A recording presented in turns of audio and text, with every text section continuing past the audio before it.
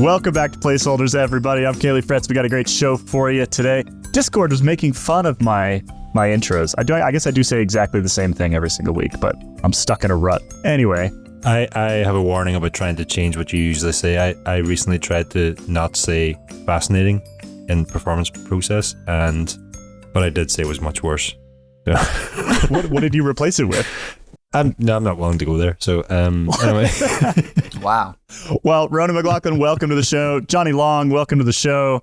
Kit Nicholson, welcome to the show. We got, like I said, we have a lot to talk about. Frankly, we must circle the blue hole once again. We're going to kick off with quite a bit of chat around this Saudi $250 million investment, one cycling, et cetera, et cetera. What's going to happen to the sport? Lots of teams saying that they're potentially looking at this, even some that are sort of, I guess you say they're more on the traditional end of things, teams like Movistar. We'll get into that in the beginning of the show here. Also, on today's show, we've got a little Colombian doping update. We got some update on the UCI's extreme heat protocol. We got Demi Vollering maybe going to UAE for €1 million, which would be, believe, the biggest salary on the women's side of the sport by a fair margin. Oh, I thought you were talking about the price of flights these days, but anyway, sorry. Could be. Of course, there was a little bit of cyclocross that happened over the weekend, and we will get to that later in the show. And we've got a weekly pain showdown between Ronan and a member. We'll see whether he can pull it off. Get to that later. But let's get straight into circling the plug hole here. Jonny, what was the news that popped up over the weekend? It didn't necessarily concern Richard Plugger, but he's obviously involved in the middle of this, going from hotel meeting to boardroom meeting to another hotel. And the Saudis are going to be funding this sort of breakaway league to the tune of €250 million, at least to begin with. ASO and RCS Sport, who run the Tour de France, Giro d'Italia and Vuelta a España, are not involved, unsurprisingly, because this would take away all their power and then money.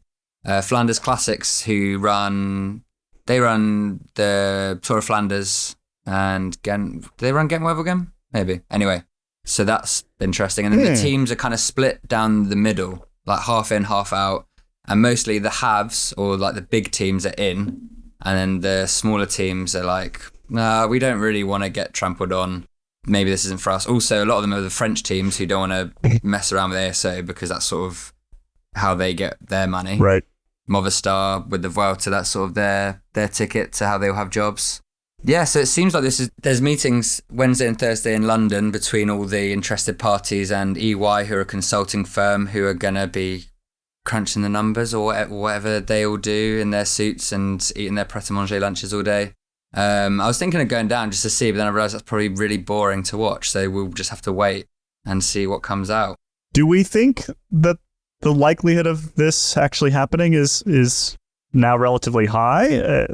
Because we kind of joked about it before, like, oh, this has been talked about so many times, and nobody's actually sort of come in with enough money to actually do anything. You know, I think we mentioned on a podcast a couple of weeks ago that like Wanda, Chinese money, trying to buy ASO was like, no, you can't do that.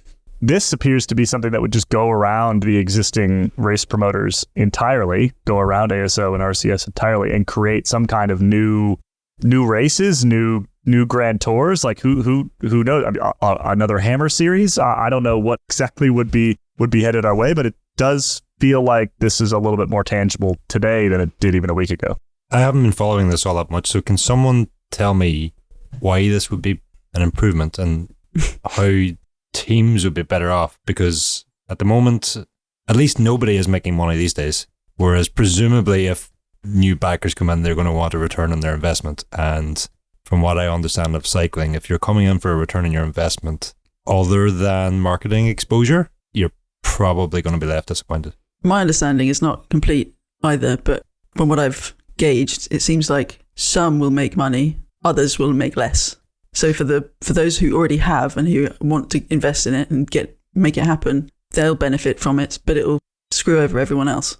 But that might be inaccurate. I don't know. This sounds like what we've got. Well, this is true. When everyone's saying like, oh, the investors, the Saudis are going to want to make money, I don't think that's been the case in any of their other sort of these sporting ventures. It's more a combination of like diversifying their wealth and bit of sports washing on the side. So I don't think it's about that, but I agree with you, Ronan. You start to ask who's this actually going to benefit. I guess the clearest one is maybe the team owners, because if they get a stake in it, then they can maybe eventually sell out their franchise, to use quote marks there. But the riders, like, is Jonas Vingegaard going to be happy that he's now racing in a Saudi league, especially when that's quite a controversial topic back home in Denmark? Presumably will, because he'll be the new face of social media. But besides that, the other thing I haven't been following all that closely for a long, long time now is football. But from what I understand, the moves that Saudi Arabia have made into football of late haven't really worked out so well either. And I don't know if I'm taking us down too deep a rabbit hole here, but turns out that the money is not enough. That's the question for me, right? Like, is the money enough? So 250 million, first of all, yeah, it sounds like a lot of money. It's kind of not in the grand scheme of sport, right? Like, it's you could split every single dollar of that amongst the 20 World Tour teams, and they would be about as rich as they are now. Like, the average budget for a World Tour team is somewhere just north of $20 million, right? So you're talking about 1 year's worth of the current sort of sponsorship model and how much money these teams exist off of. So it is a lot of money and not a lot of money at the same time, is basically what I'm saying. Is it enough money to create something that exists outside of ASO and outside of RCS that is a good sport product? Like, that is the question for me. Like, are they planning on going and starting another 3-week Grand Tour in July, and then the teams that, the teams have a big decision to make, right? Do they get paid straight up by this new entity, or do they go race the Tour de France? Like, that's the kind of push-pull between traditionalism and, the potential for cash that I think we're going to start to see if this thing does really come together. Because they're going to have to like whack ASO in the face at some point, right? There's no way to exist otherwise. Sort of what I'm getting at there is, regardless of whether it's enough money to do that and enough money for right now, thinking longer term here, 10 years from now, 20 years from now, are we better off just sticking with the devil we know rather than trying something that may completely upend the sport, do some great in the short term, and then all of a sudden disappear in future if it's not, right now, Saudi Arabia might not want to return this investment, but presumably at some point. I don't believe investments like this exist purely for it's not charity, it's an investment. Sport. Yes. There are countless other examples of, investments like this in sport, and I don't think in any of those examples the question is how is it working right now, or how is it going to change the sport in the immediate short term. The bigger question is, what does it look like 20 years from now? Which is a boring question to ponder, but it's probably the most important part. It's a fun question to ponder, I think. Like, again, what is there another Grand Tour in the mix or something like that? Oh, yeah, that part of it's fun, yeah. But if I'm trying to do a thought experiment and not necessarily give ideas to ruin the Tour de France, if you're thinking about what could potentially be as good or better than Tour de France, is if you did a Grand Tour across Europe. Maybe you start in Saudi Arabia for like a flat stage, so they get their kicks or whatever, and then you race it west and keep going. You find like you go through a different country each day, you go up different climbs, and you thread that through 2 weeks or 3 weeks. And because it's the best riders competing, maybe that becomes a more tantalizing product than a bunch of French riders who are good but not the best competing over the Tour de France. Like, I guess that's a potential future you can see. I think you've just got down to the sort of the base question here, and the question that I think ASO and the likes of Richard Plugge would probably have different answers to. And that question is it about the athletes or is it about the events, right? Because if it's about the athletes, you can take the athletes and you can go apply them to new events and essentially build a new sport, right? And I think this is kind of what we've seen with like some of the live golf stuff, and you sort of ignore the history and traditionalism of these major sort of mainstay events, and you just focus on, we're going to pull the biggest names, we're going to pull them over and do what we want to do over here, and that's how we're going to be successful. On the other side, ASO would definitely argue, and sort of the sport of cycling right now would definitely argue, it's more about the Tour de France than it is about anybody who's in it, right? Like the Tour de France, you'd have to take a heck of a lot of the big names away before the Tour de France was no longer the Tour de France.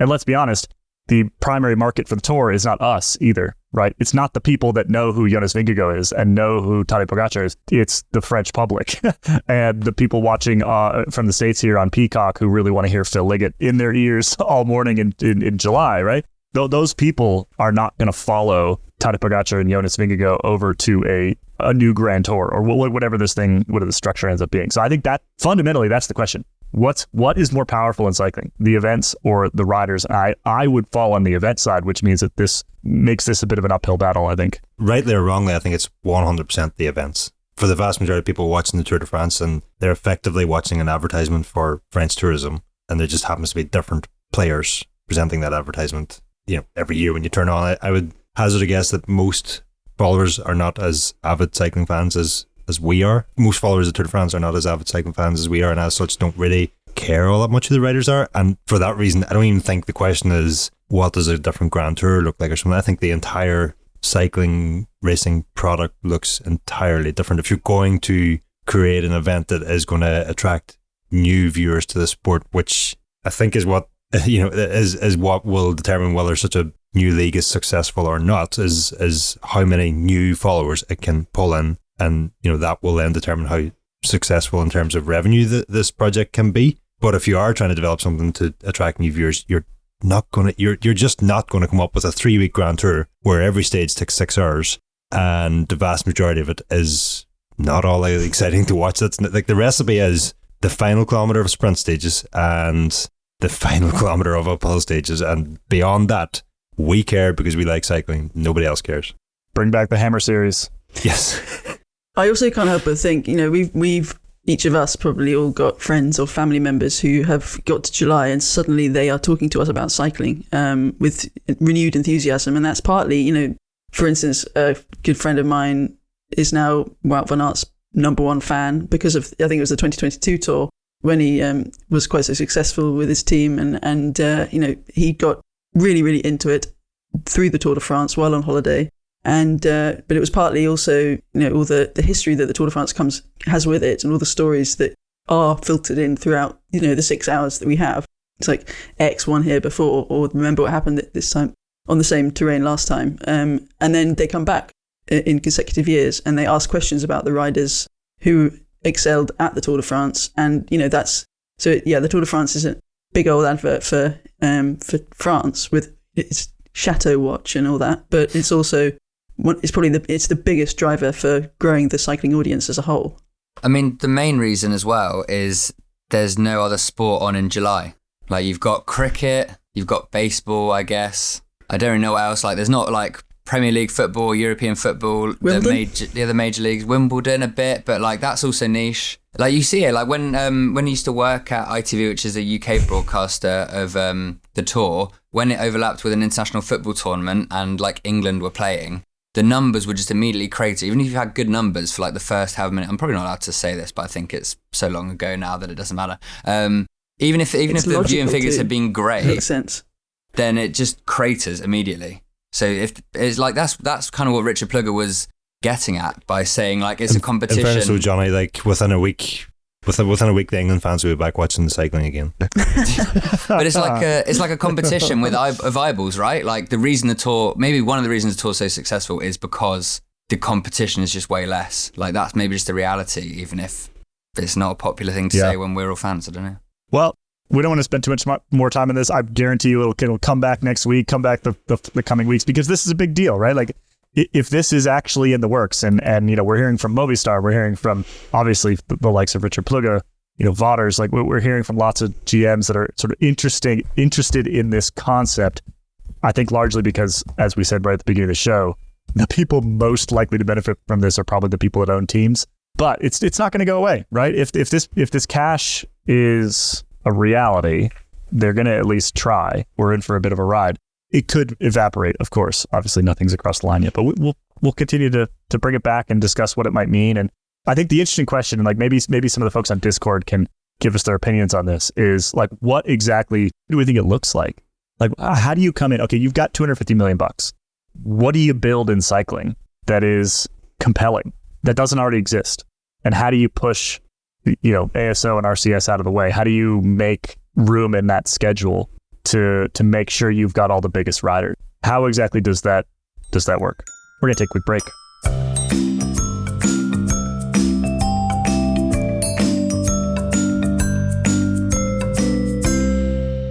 Welcome back, everybody. As I just mentioned, we're hearing a little bit from Movistar team boss Eusebio Unzue.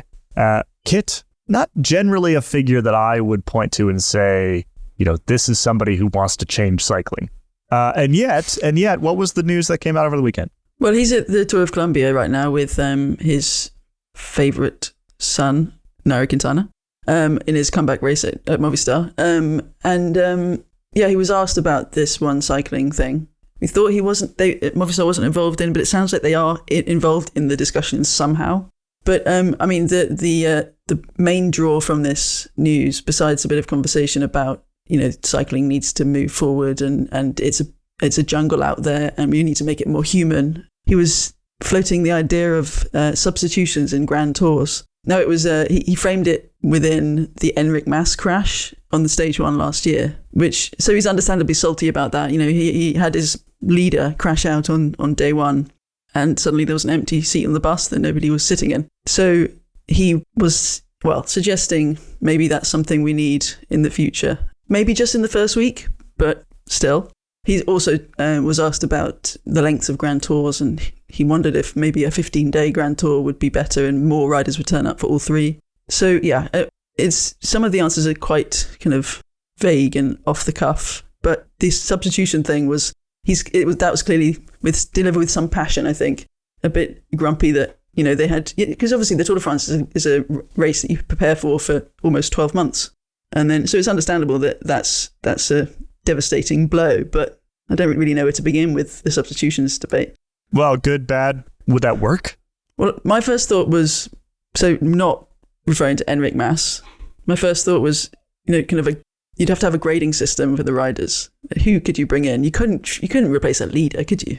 So then if there are certain levels at which you can or can't, I don't know. It's just, it would be so messy. But also, obviously, there's the reference to football, and apparently, I don't know enough about football to know if this is true, but apparently once upon a time, football or soccer didn't used to have substitutions available, which sounds mad to me. But football isn't an endurance sport. Cycling football is. Also doesn't rely on time from accumulated time across each stage to determine the winner. That's the major issue. I think it's one of those that it makes so much sense that you should be able to substitute riders across a 3-week stage race. How could you expect any normal human to race for 21 consecutive days, more or less, across such distances and terrain without being able to swap them in and out for rest as required?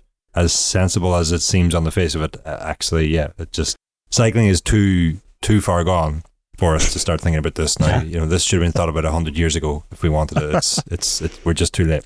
If I was a Spanish team manager of a Spanish team with a massive Spanish sponsor that only wanted Spanish riders racing, like the big races, and the best Spanish rider I could get my hands on was Enric Mas, who sometimes often capitulates in the first week of a Grand Tour. Maybe that's unfair. He did finish 4th or 5th or whatever, and they celebrated as a victory. But then my mind would also wander to harebrained schemes such as substitutions. Maybe I get like 12 Enric Masses waiting in the wings, ready to take over, and just like keep on filling them in.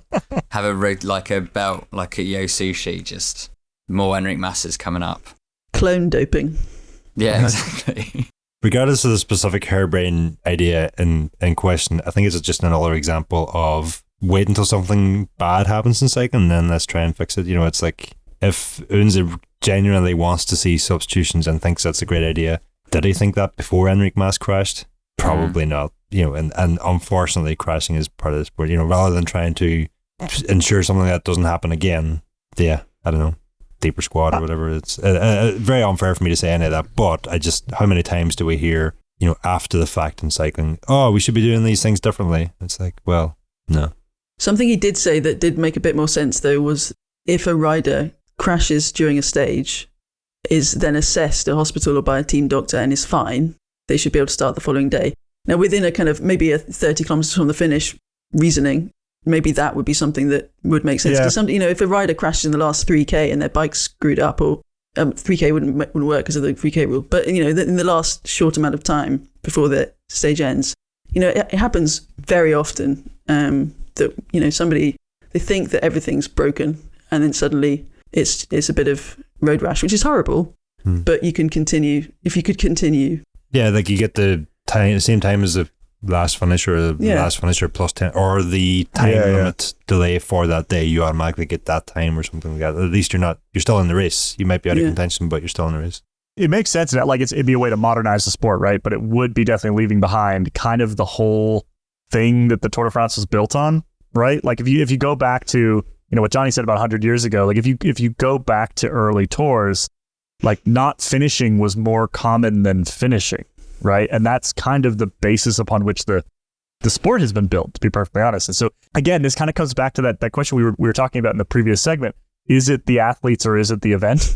Because if it's the athletes, you want as many of them to stay in the race and stay in contention and stay, like, substitutes start to make sense. You're looking for that kind of sporting angle. If the event is the star and the difficulty of the event is the star, which is kind of where we are now, then you don't want any of those things. You want the Tour de France to win. You want half the people to not finish, that sort of thing. So I think it basically comes back to that same question of like, what is cycling right now? Is it the version where, again, these events are above all, or is it an athlete's first, more modern sport, basically? Also, couldn't you just give domestiques days off in Grand Tours? Like, oh, they've gone down in a crash. They better get them to the end. I've heard of instances of riders, not necessarily in Grand Tours, but they've rolled out and then they've seen a crash, the early crash, and then they've just got off their bike and laid down as well.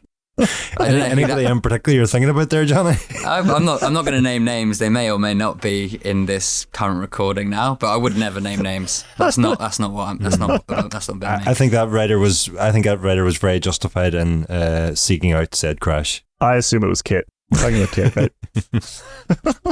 right? One final point in this. Presumably, if you did substitute a rider, or if domestiques could take days off, or whatever this could end up looking like, don't think extra confusion is really what we need in the sport either. If we're talking about bringing new people in, like this rider is in the race but isn't really in the race, but is in the race within the race, but it isn't counting time because they missed stage 4 and the other rider started on stage 5.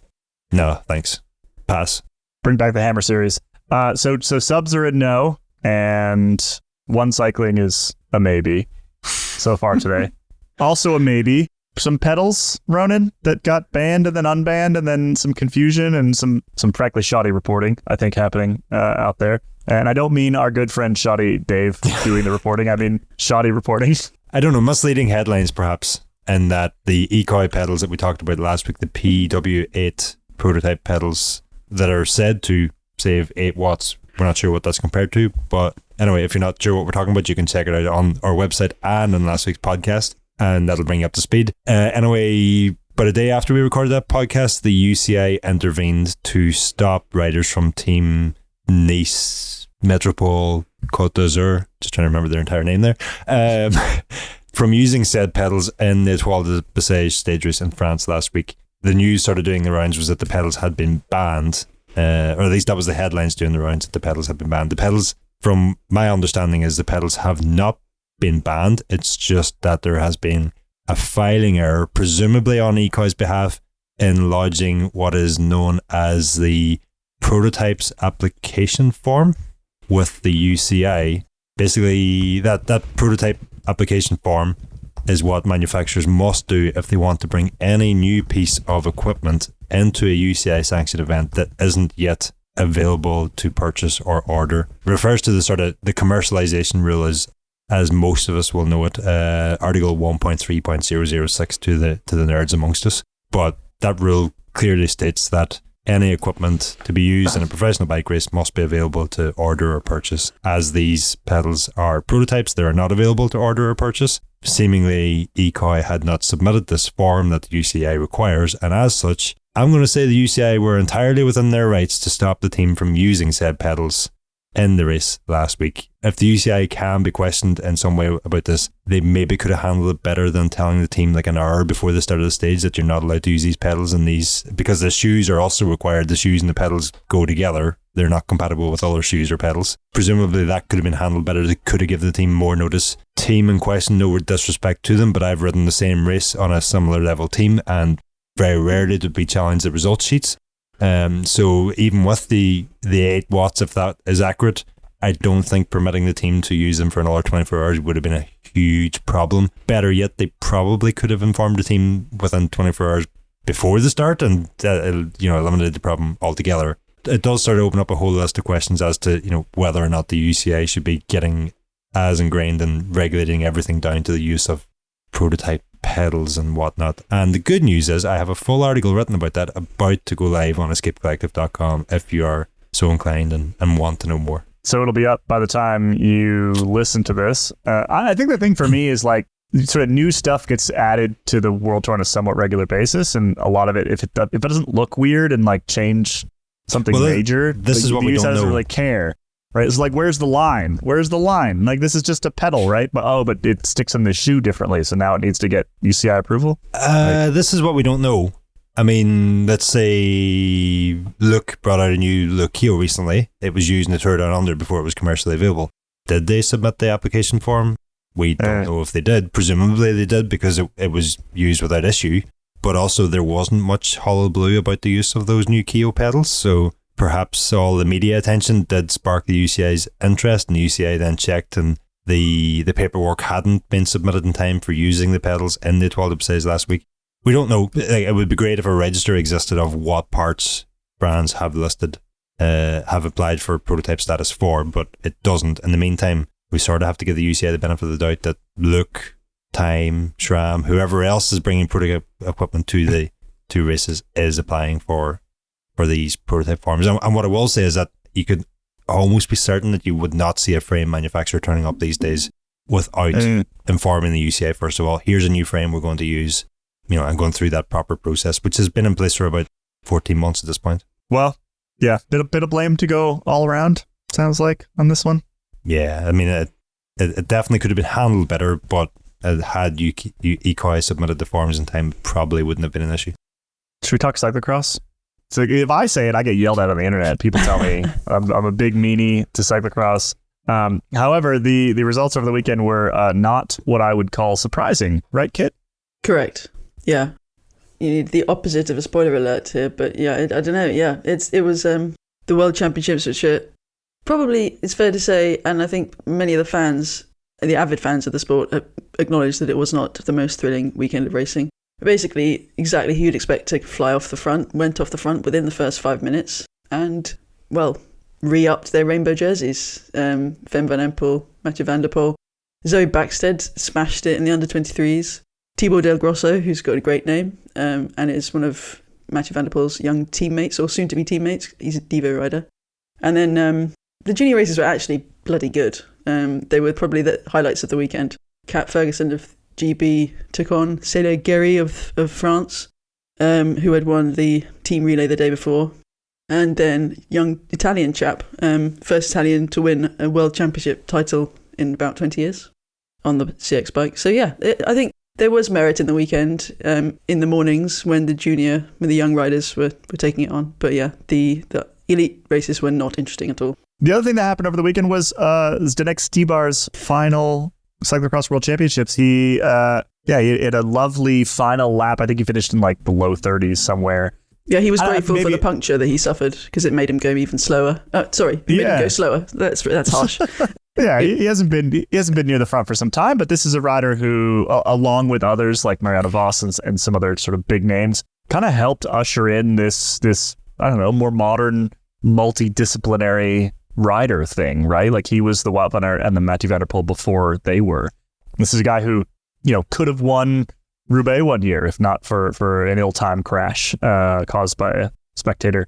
I guess sad to see him go. Another rider who is of the of my generation, like one of those riders that I watched was a little bit, kind of a similar age to me.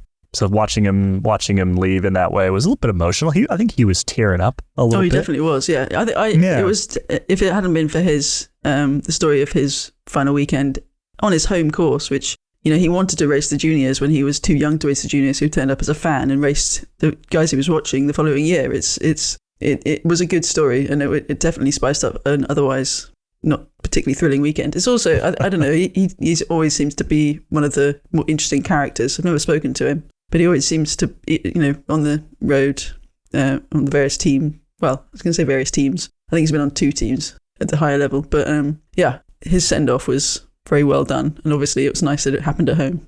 If there's any positive news to come from his retirement, is that I no longer have to struggle with trying to figure out how to pronounce his first name. So that. Well, I finally nailed Zdeněk, writing it on the keyboard. Yeah, the accents are a pain. Just to your point there about the generation thing, Caley.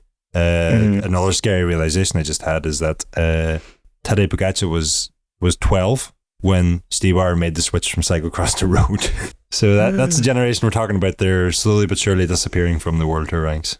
Yeah. Like I said, it's just a sad thing for me. I've said this numerous times, but like that's the guys I was covering when I first started doing this job, and now I've outlasted them. Haha. Who has the last laugh?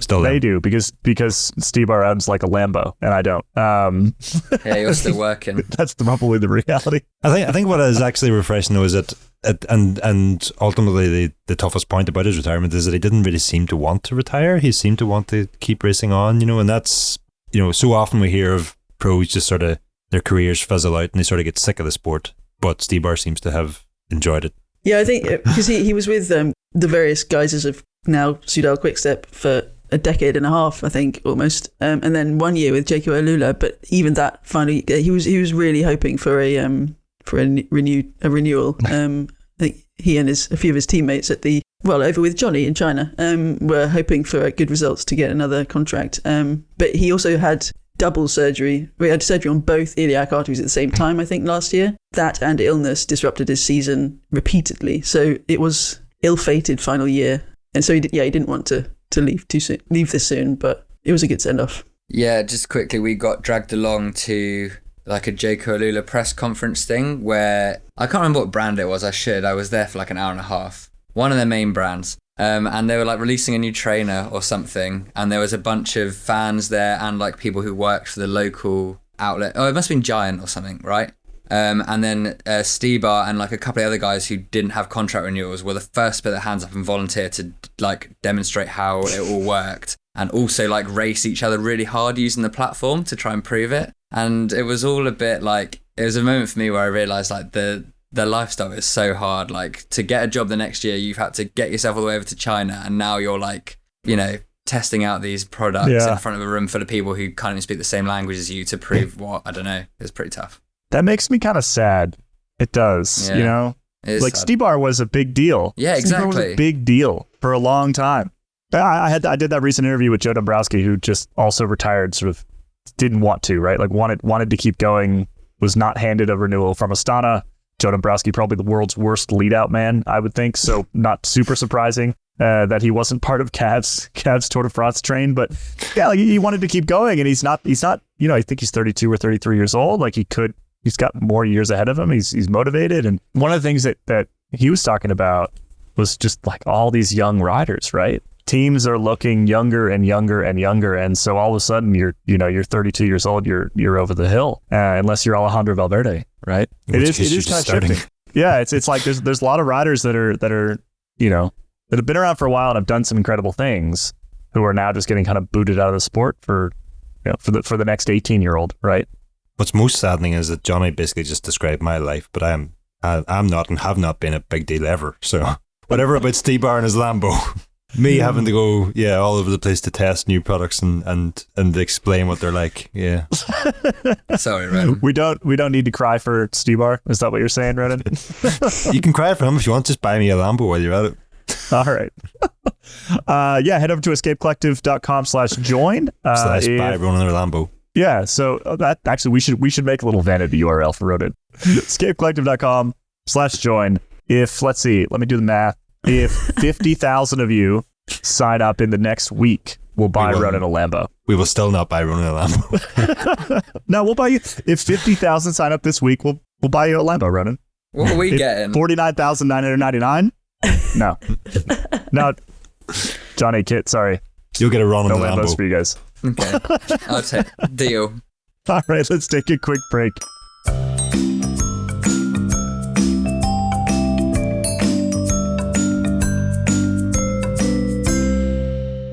Welcome back, everybody. It's time for this week's Weekly Pain. It's not going to be between Ronan, Jonny, and Kit. It's actually going to be between, Ronan, you and Dane, Escape Collective member Scott Law, who is actually your former teammate.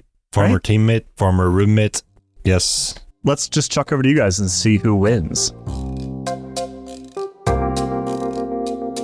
Welcome back to a special edition of Weekly Pain. I'm Dane Cash, and we have another member here to take on an Escape Collective pod voice person. You're a lot more than that, Ronan, but in this particular context, that's your main role. I'd argue I'm a lot less than that, but anyway, go ahead. I'm sure this competition will do a lot for your self-esteem. Joining us here on the member showdown of Weekly Pain. And this is actually kind of a cool story. Mr. Scott Law, welcome to the show. You were one of the folks that said, hey, yeah, I'll do it when we put out a call for members to come take on our pod hosts in the Weekly Pain. And I happened to reach out to you. You happen to be available.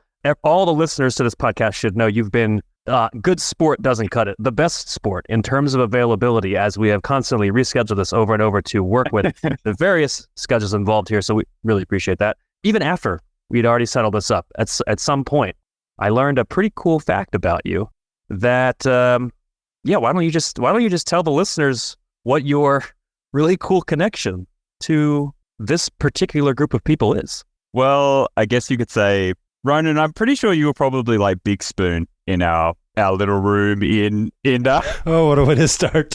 post team house there. So fun fact, I was part of the post Sean Kelly team back in 2011, I believe. Same time as Ronan. Ronan and I happened to be roommates in what? Teammates, roommates, bunkmates. Pretty sure we probably like reached over and accidentally whacked each other at some point during the night. But I always blamed the night terrors. no, yeah, I do remember that. First day we got there, you were like, I do have night terrors. And I was like, okay, good to know. I'm going to face the wall and you can just punch my back if you need to. Just to set the scene here for listeners, the room that Scott and I shared, it was like something out of a McDonald's ad. You know that ad McDonald's have for like the toilet is in the kitchen and they're sort of trying to demonstrate the value of their £1 cheeseburgers because you could use the toilet in your kitchen at the same time. The house that we shared wasn't far off that. The room that we shared was even smaller. We didn't actually have bunk beds. We had, I think at one point they were bunk beds, but they'd been like disassembled and laid sort of not side by side. They were separated. Like my bed was tight against one wall. Scott's was tight against the other wall. To walk in the gap between the two beds, you had to like turn sideways and shuffle. The room was that small and that tight. I think it was like a built-in wardrobe that we'd been forced to share as a 2-person room. And yeah, that was no fan, no air conditioning, just a skylight window. It was very, very Belgian, yes. It's literally like 30 centimeter or less gap between each bed. Yeah, I think a meter. Yeah, you're really. I think the grand total of the room width was just over a meter. So it was a meter. It was a 1 meter by 1 meter room. Slight exaggeration, but that's what it felt like. So the long story short here, though, is that 2/3 of this call have raced at the continental level. The other third is me. Apologies that I lack all expertise here. Scott, you raced a couple different teams until 2019. You were a continental racer. You raced for some American teams. So this is this is quite a field we have here competing today, and hopefully you'll be able, both of you, to live up to your strong careers so far. And yeah, you both know how this works. I mean, I'm excited to see the prospect that I've been talking with for the past couple of weeks on email, who I just so we're clear, I did not know this when we started setting this up. It's just you just mentioned, oh yeah. And then I said, wait, are you this person who has a pro cycling stats page? And here we are. Yeah, a lot of people have sort of said that about me. I'm not one to big up anything about myself, really. I'm just sort of like, I just rode bikes and enjoyed it and got some results out of it. And that was kind of it. I just like that anybody I know who's a pro cyclist and therefore has a footprint on the internet, in various results pages, I know that means I can check to see when their birthday is. You both know how this is played. You both are either on or listen to the podcast. We are going to do some categories. And I have some, I think, pretty good, pretty even, fair categories where I will say the category, and then each of you will try to name something that fits the category until one of you cannot. And then, that person is the winner. And Scott, if you beat Ronan, you get to do it again and again until you don't win. And we're going to see how far you can go. We had a pretty successful first member contestant, and hopefully, we'll have more of that because that was a lot of fun. So Scott, best of luck. Thank you. And Ronan, also best of luck, but at the same time, like, we kind of compete in these things, so I don't know, maybe a little bit less. Best of luck to you. Your question, members of the Alpecin de Koning World Tour team. Ronan, we're going to start with you. Who you got? Matthew van der Poel. That's a good one to start with. Scott, Alpecin de Koning. Jesper Philipsen. Another good one. Ronan? Sylvain Dillier. That is a good one. Nice, yeah. I was thinking of the two we named were first, second Roubaix. Who else? Dillier was second in Roubaix one time, wasn't he? So not with the same team, but he was there. I picked this one, by the way, because I think it's one of the harder World Tour teams for people to name. You've got like two guys, and then it's kind of like, now who else is part of the team? Yeah. All right, Scott, do you have a name? Jensen Player-Right. Oh. Holy cow. Well done. Søren Kragh Andersen. Nice one. Or Søren Kragh. All right, back to you, Scott. Jason Osborne. Really? Oh, that was a good one. Ronan? Sam Gaze. Well done, Ronan. And I kind of thought that was going to be one that Scott went to. So now, oh man. Scott, you're up. Johnny Vermeersch. It's a good one. All right, man. Honestly, I don't think I would have gotten this far. It's a good thing I'm the judge. Ronan? The Aussie sprinter. The Aussie sprinter. Yeah. Say Caleb Ewan. I know it's not Caleb Ewan. If I could get Caleb Ewan out of my mind. They're all Caleb Ewan. All the Aussie sprinters are Caleb Ewan. Is that how it works? All the Aussie sprinters are Caleb Ewan, and all the GC riders are Cadel Evans. Yeah, exactly. Marisa? Yes. Xandro. Caden Groves. That's his name. All right. Oh, boy. Ronan, back to you. I think I'm going to have to tap out. There's a guy that rode the Ross a few years ago. He also rode for the Rimpot squad. Rode the Ross, then he went to the Rimpot squad. Every day rode the Ross isn't like break every single day. And so we were like terrified of this guy. But I can't remember his name. All right. Scott? Do I need to give their first name? I know their last name, but I don't know. I'm going to say no. The judges, me, because I make the rules today, say no. Bergolito, the Italian hill climber that won the Zwift Academy. I do not see him. Oh, Bergolito. Yeah, Bergolito. Bergolito is correct. His name is Luca. Luca. That was it. That's a win. That was a long one. I was stunned. Yeah, I think I would have gotten out like after like 3. I'm probably. So I've just gone to Pro Cycling Stats here, and the guy I was thinking of was Jimmy Johnson's. Yes. Doing. All right, Jimmy now close Johnson Pro Cycling Stats quickly so that you don't have it open as we continue. No, look. Yeah. Sorry. Scott, you advanced to another round. Congratulations, and Thank you very much. We'll hear from you again soon. And well done. Welcome back, everybody.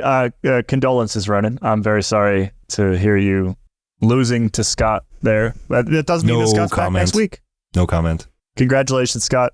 Well done. Robbed. This is the point at which we say goodbye to all of our non-member listeners out there. If you are not a member, podcast is about to end. If you are a member, if you're not a member, you're about to miss out on Thermobolics. We're gonna go in today's Escape After Dark. We're discussing Thermobolics, and I think you want to find out what that is. So head over to escapecollective.com/join and sign up, and you can get on the member feed. If you are a member already and you're not listening to the member feed, go do that. There should be something in your email on how to do it, or info@escapecollective.com if you got a question. That way it goes to Andy and not me. Kit, before we wrap up, you did have one more shout out. You have a shout out to our fantastic members out there who helped you out. Yeah. So I think a lot of people certainly on the Discord know that I have a puppy, and we have an Escape Pets channel on the Discord, and I just wanted to give a shout out to the people who'd helped me out with advice. I even got some hand-me-downs. So I'll just give the first names: Jasper, Jordan, Spaceman Cody. I'm guessing Cody. Greg, Sam, Caleb, Phil, and Hannah. Thank you very much, everybody. It's hugely appreciated and a great example of how awesome our community is. Love it. Well, we're going to go into Escape After Dark now and hear about your puppy. Bye, everybody.